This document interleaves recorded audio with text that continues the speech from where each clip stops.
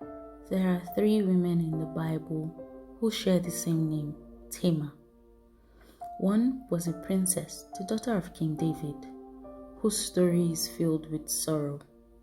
Another was known simply for her beauty, the daughter of Absalom. But the Tamar we're about to meet was neither a princess nor remembered for her appearance. She was a widow, a foreigner in a powerful family, a woman pushed to the margins of her own future. Yet, her name appears in the lineage of kings, and generations later in the family line of Jesus. Her story is uncomfortable, complicated, often skipped, but heaven did not skip her. This is the story of Tamar, the daughter-in-law of Judah. Welcome to Spoken Scrolls, where ancient words speak again.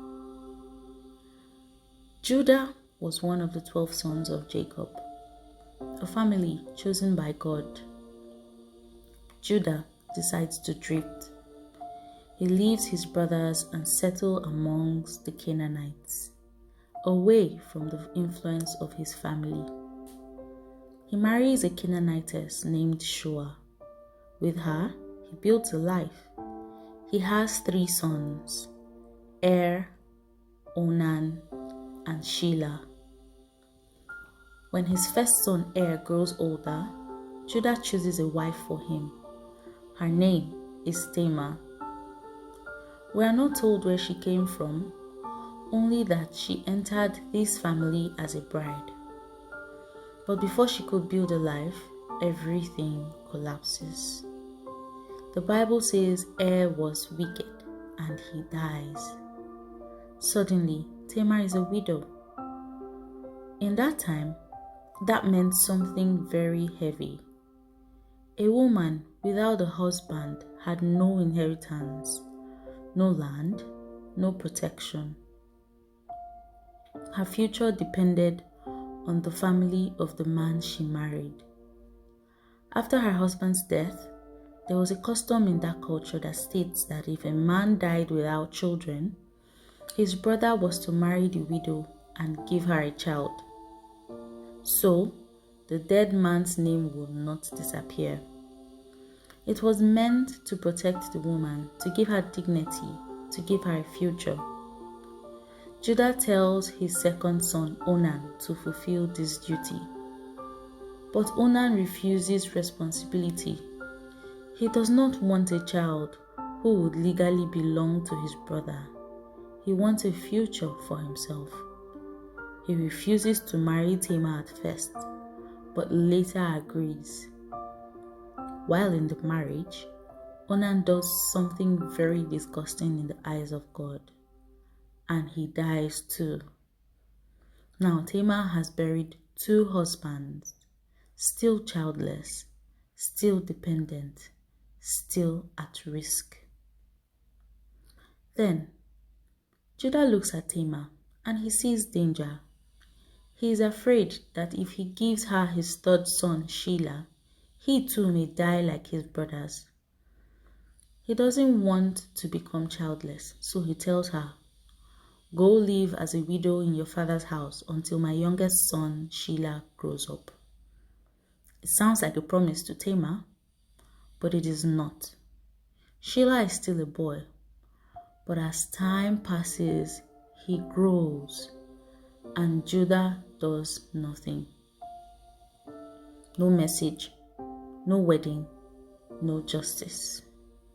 Tamar waits and waits and waits and slowly realizes the truth.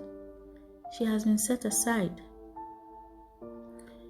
In a world like that, a woman like Tamar could disappear quietly.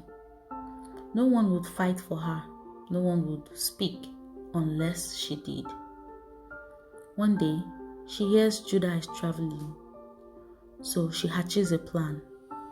She removes her widow's clothing, the symbol of her waiting. She covers her face with a veil and sits by the road, looking like one of the women of easy virtue. not as a victim, but with a plan. Judah then sees her, but he does not recognize her. Tamar must really know her father-in-law very well to be sure that a plan like this would work. And so he makes a decision in secret to have relations with her. After they are done, she asks for a pledge of payment, something he must return for. And so he agrees to give her his seal, his cord, and his staff. All of these represent his identity as a man. Some time passes, then news starts to spread. Tamar is pregnant. Immediately, Judah reacts very fast. He says, "Bring her out. She should be punished." The man who had acted in secret calls for public judgment, but Tamar sends a message. She says, "I am pregnant by the man who owns these: the seal, the cord, and the staff." Judah sees them, and everything changes right before his eyes. Judah says something unexpected. "She is more righteous than I am," he admits the truth. He had denied her justice. He had broken his promise. He had left her without protection. Tamar had done something bold, but it was born from survival, not rebellion. Tamar gives birth to twins as a result of her relations with Judah, her father-in-law, and one of the twins is named Perez. Generations later, Perez becomes part of the royal line of King David. And generations after that, guess who comes from Perez's line? Jesus, the Messiah. The woman who was almost erased became part of the greatest story ever told. The lesson from this story is that sometimes the Bible's quietest characters carry the loudest truths. Sometimes justice is delayed, but truth waits for the right moment to rise. This was Tamar, and this was her ancient tale.